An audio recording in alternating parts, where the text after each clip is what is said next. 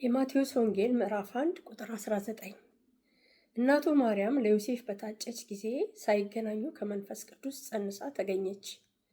እጮኛዋ ዮሴፍም ጻድቅ ሆኖ ሊገልጣት ስላልወደደ በስውር ሊተዋት አሰበ። እጮኛዋ ዮሴፍ ጻድቅ ሆኖ በስውር ሊተዋት አሰበ። መግለጥ አልፈለገም። ለምን በስውር ሊተዋት አሰበ? አንድ ቃል ደግሜ አነባለሁ።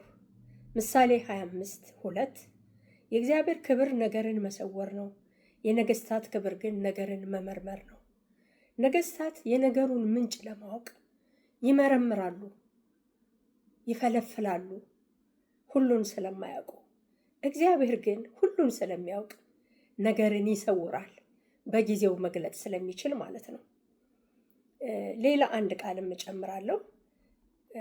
የዮሴፍን ታሪክ ስናጠና የኖህን ታሪክ ስናጠና ኖህ 3 ልጆች ነበሩት እና አንድ ቀን የወይን ጠጅ ጠጥቶ ራሱን አያውቅም ነበር።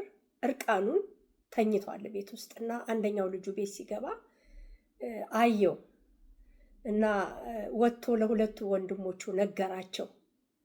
ሁለቱ ወንድሞቹ ግን ይህንን በሰሙ ጊዜ ሸማ ወሰዱ ይላል እና የአባታቸውን እርቃን መሆን በዓይናቸው ማየት ስላልፈለጉ ሸማውን ይዘው ወደ ኋላቸው ሄዱ ይላል። ወደ ኋላ እየሄዱ አለበሱት እና ኖህ ከነበረበት ሁኔታ ሲነቃ አንደኛው ልጁ ያደረገበትን አወቀ ይላል እና ረገመው። ይሄን ታሪክ ብዙዎቻችን እናውቀዋለን። በዚህ ክፍል ምንድን ነው ልላችሁ የፈለግኩት እግዚአብሔር ያስተማረ ጻድቅ ነገርን አይገልጥም፣ በስውር ነው የሚተወው። ለካ ለምን? ለእግዚአብሔር ይተወዋል። በእግዚአብሔር ስለሚታመን፣ በእግዚአብሔር ስለሚደገፍ ጻድቅ። ቀደም እንደነገርኳችሁ ነገስታት ነገርን ይመረምራሉ፣ እግዚአብሔር ግን ነገርን ይሰውራል። ለምን? በጊዜው ነው የሚገልጠው እግዚአብሔር። እና አንድ ነገር አስታወስኩኝ። እኔ ልጅ በነበርኩበት ጊዜ አስታውሳለሁ። በጣም እንደዚህ አይነት ልማድ አልነበረም። በዚህ ዘመን ግን ብዙዎቻችን በአደባባይ በሚዲያ የታላላቆችን፣ የአባቶችን፣ የእናቶችን፣ የመሪዎችን በቃ ታሪክ የወንድሞቻችንን፣ የእህቶቻችንን፣ የታናናሾቻችንም ሊሆን ይችላል በቃ ሚዲያ ላይ ነው የሚሰጠው፣ የሚነገረው፣ የሚወራው። በእውነት ድሮ ነውር የነበረ ነገር አሁን ነውር አይደለም። የሚገርመኝ ነገር በአደባባይ ነው የሚታየው ሁሉ ነገር። ጓዳችን ያለው ሁሉ ነገር ይታያል አደባባይ ላይ እና በጣም ይገርማል። እግዚአብሔር ግን ዛሬ በተለይ አማኞች በክርስቶስ ኢየሱስ የጸደቅን የእግዚአብሔር ልጆች የሆንን ክርስቲያኖች የእግዚአብሔርን ቃል የምናውቅ በእግዚአብሔር የምንታመን ቻሌንጅ አደርጋችኋለሁ። ጻድቅ ነገርን በስውር ይተዋል፣ አይገልጥም። ምክንያቱም ሮንግ ነገር ከሆነ እግዚአብሔር ይፈርድበታል በጊዜው፣ ልክ ከሆነ ደግሞ ነገሩ በጊዜው ይገለጣል። እኛ ግን አስቀድመን ሚዲያ ላይ አናሰጣውም። የወንድሞቻችንን ድካም፣ የእህቶቻችንን፣ የአባቶቻችንን፣ በተለይ የእናቶቻችንን፣ የመሪዎችን ወገኖች ይሄኔ አስቡት። እንደ ኖህ ስንት ሰዎች ረግመውናል።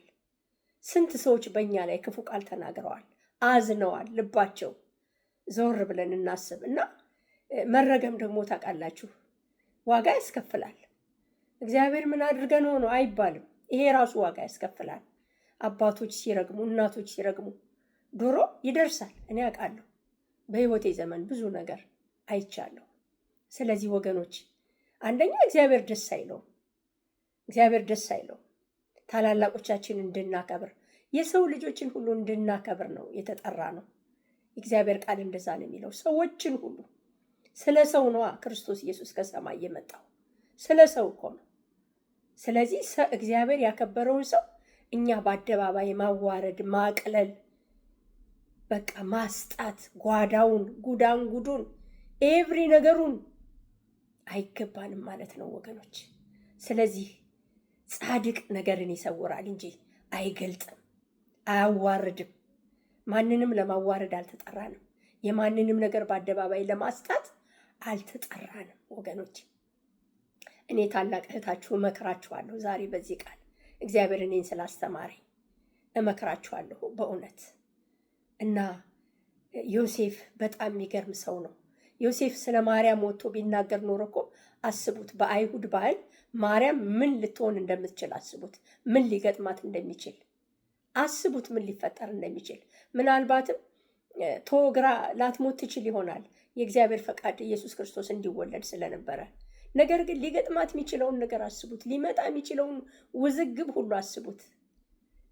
ዮሴፍ ግን ጻድቅ ሆኖ ነገርን ሊገልጥ አልወደደም።